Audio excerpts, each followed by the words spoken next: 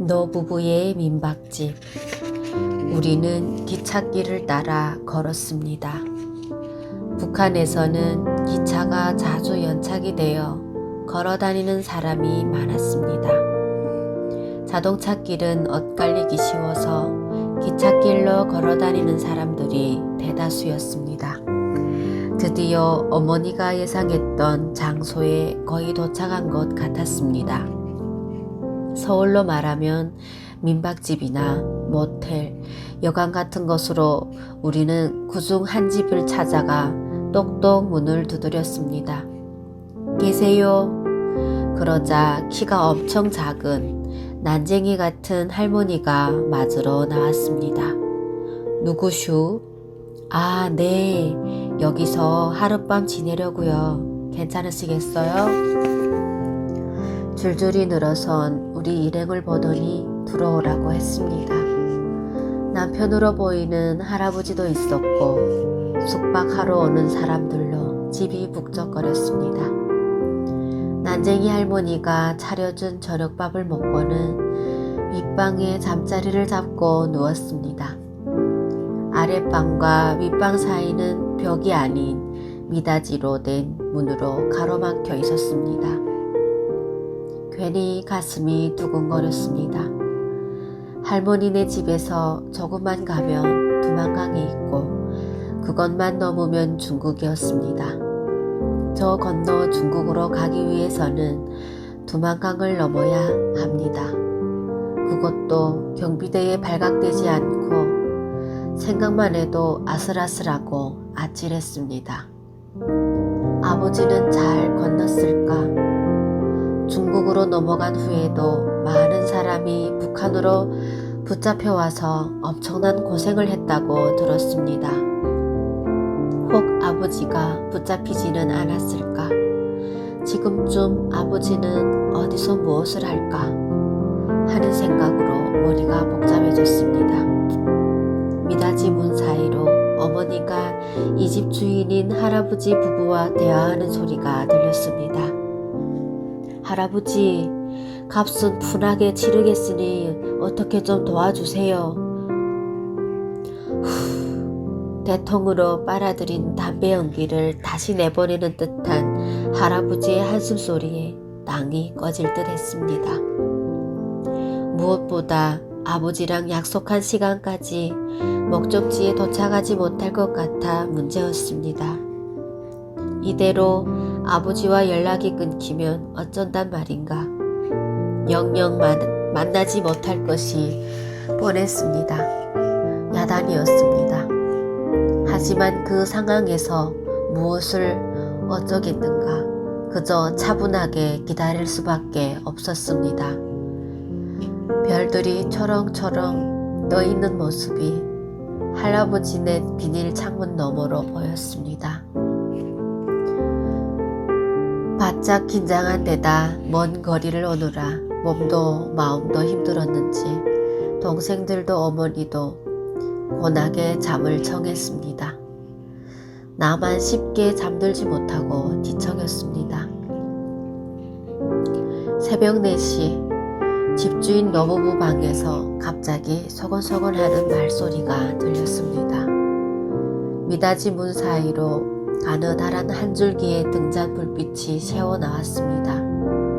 무슨 대화가 오가는지 너무 궁금해서 좁은 문틈 사이로 오른쪽 눈을 가져다 대었습니다. 이상한 광경을 목격했습니다. 등잔불을 켜놓은 채 노부부가 무릎을 꿇고 두 손을 모아쥐고 머리를 숙인 상태에서 뭐라고 자꾸 중얼거렸습니다.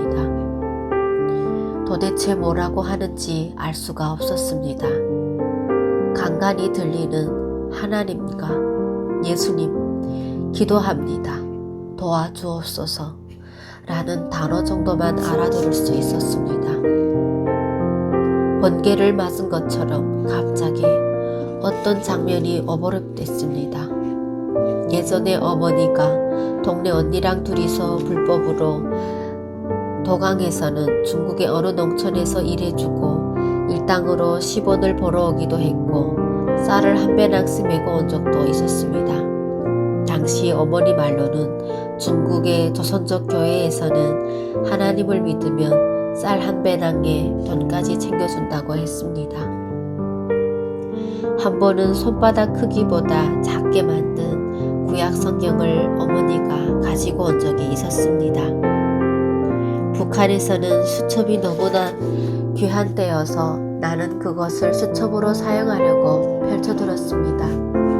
그런데 하나님이 태초에 천지를 창조했다.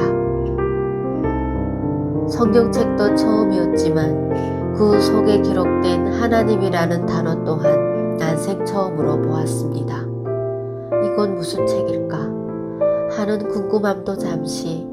북한에서는 하나님이라는 단어를 꺼내기만 해도 죽음을 면치 못하기에 펼쳐서 들여다보기도 전에 성경책을 그냥 접어버리고 말았습니다. 아버지는 그때 출장 중이었고 어머니는 동네 언니와 불법 도강해 중국에 가 있느라 집에 없었습니다. 그러던 어느 날 보이부 지도원이 나를 찾는다는 연락이 왔습니다. 너 할 말 없니? 뜬금없이 할 말이 없느냐고 물어보는 보이부 지도원의 말에 괜히 떨렸습니다. 혹시 내가 무슨 죄를 지었나 싶어 여보칠 사이의 일들을 그 짧은 순간에 필름을 감듯 죄다 되돌려 보았습니다. 없습니다. 없다고? 너 거짓말을 하면 나한테 죽을 줄 알아라. 들었니? 두 눈을 무릅뜨고 협박을 하는 것이 꼭 호랑이 같았습니다. 그의 표정이 심상치 않았습니다. 네. 나지막하게 대답을 했지만 사실 너무 무서웠습니다.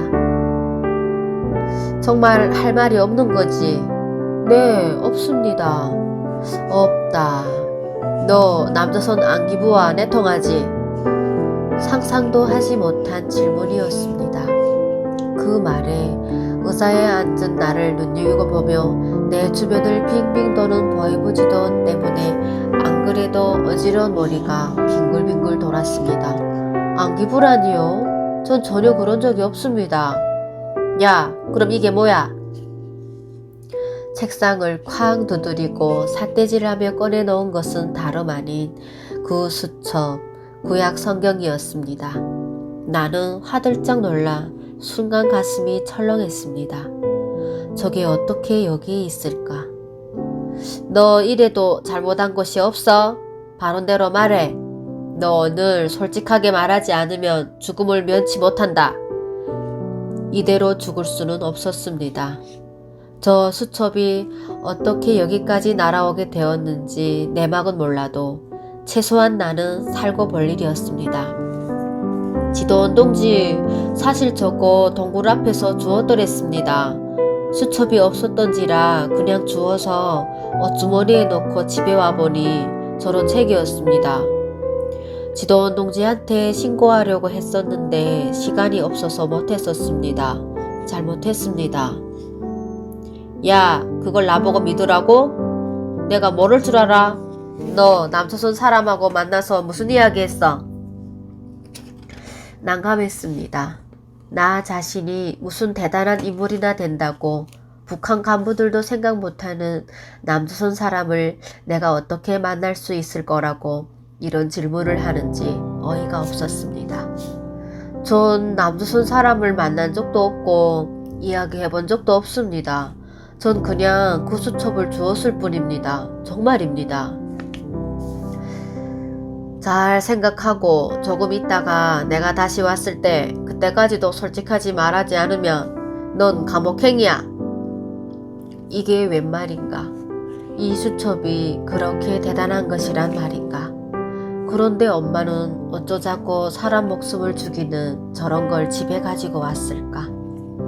그 순간 어머니가 미웠습니다. 앞으로 어떻게 해야 하지? 도무지 생각이 떠오르지 않았습니다. 1시간 정도 지나자 보이부 지도원이 들어왔습니다.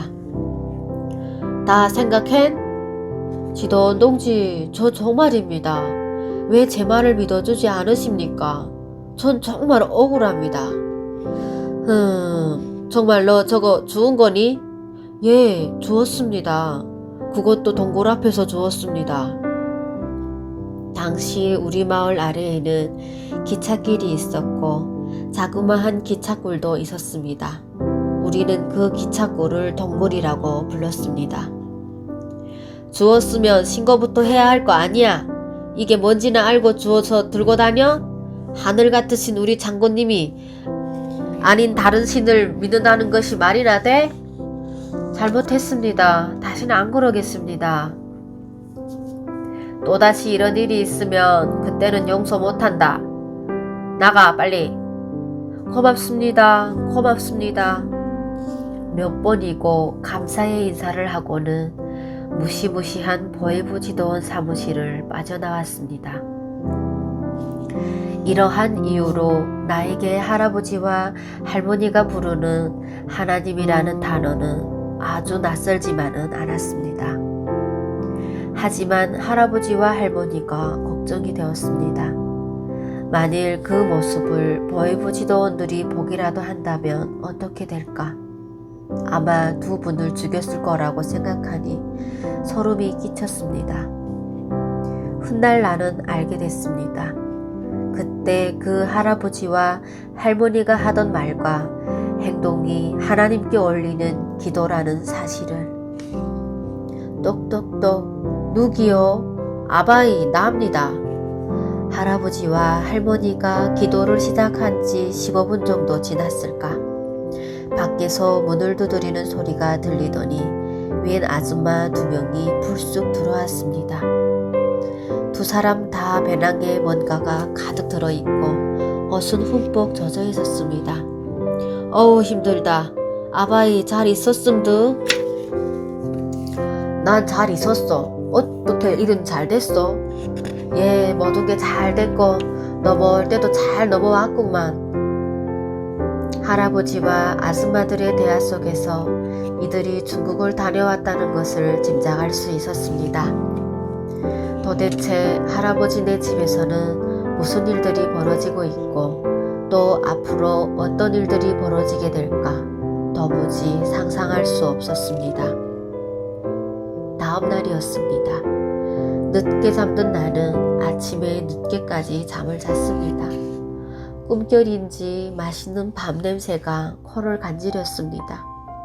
깨기 싫었는데 누군가 나를 흔들어 깨웠습니다. 눈을 떠보니 꿈결에 맡은 하얀 쌀밥 냄새가 꿈이 아니라 실제였습니다.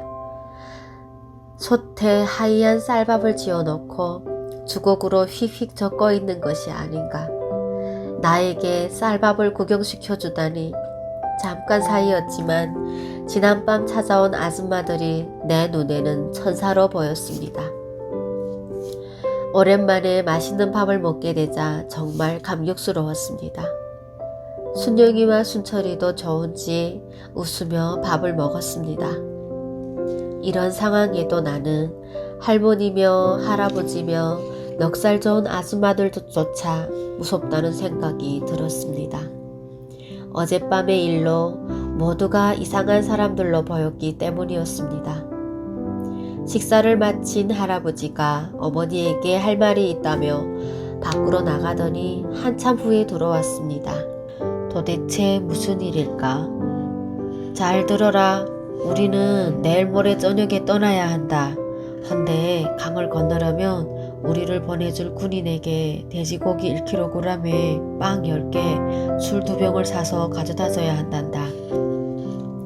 우리 식구 4명의 도감값으로 이 정도 내물이면 엄청 싼 것이었습니다.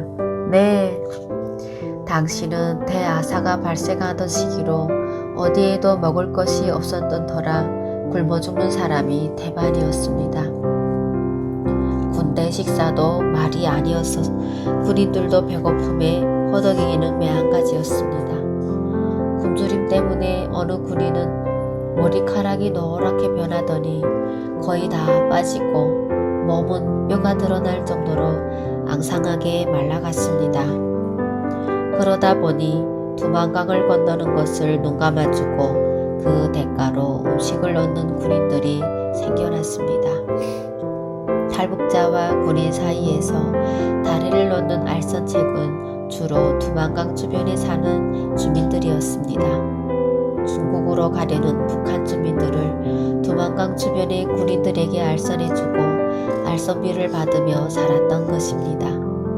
할아버지 부부도 알선책이었던 것일까? 할아버지네 집에는 중국에 다녀온 사람들이 등에 쌀 한 배낭씩 짊어지고는 새벽이나 밤에 들어와서 하룻밤 자고 가는 사람들이 여럿 있었습니다.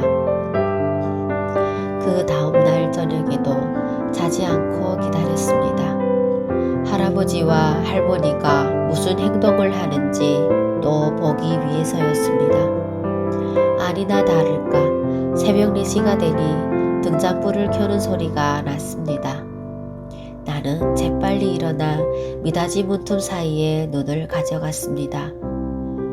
무릎을 꿇은 할아버지와 할머니가 어제와 똑같이 두 손을 모아쥐고 눈을 감고는 무언가 중얼거리기 시작했습니다. 뭘 하려는 거지? 정신 나간 사람들이 아닐까? 좀처럼 이해하기 어려운 행동이었습니다. 북한 영화 춘향전에 나오는 춘향의 엄마처럼 물을 한 사발 떠놓고 두 손으로 싹싹 지성을 비는 것도 아니고 대체 뭘까? 나는 그 낯선 모습이 너무 무섭게 느껴졌습니다. 저들은 모른단 말인가? 하나님이라는 세 글자가 얼마나 위험한 것인지를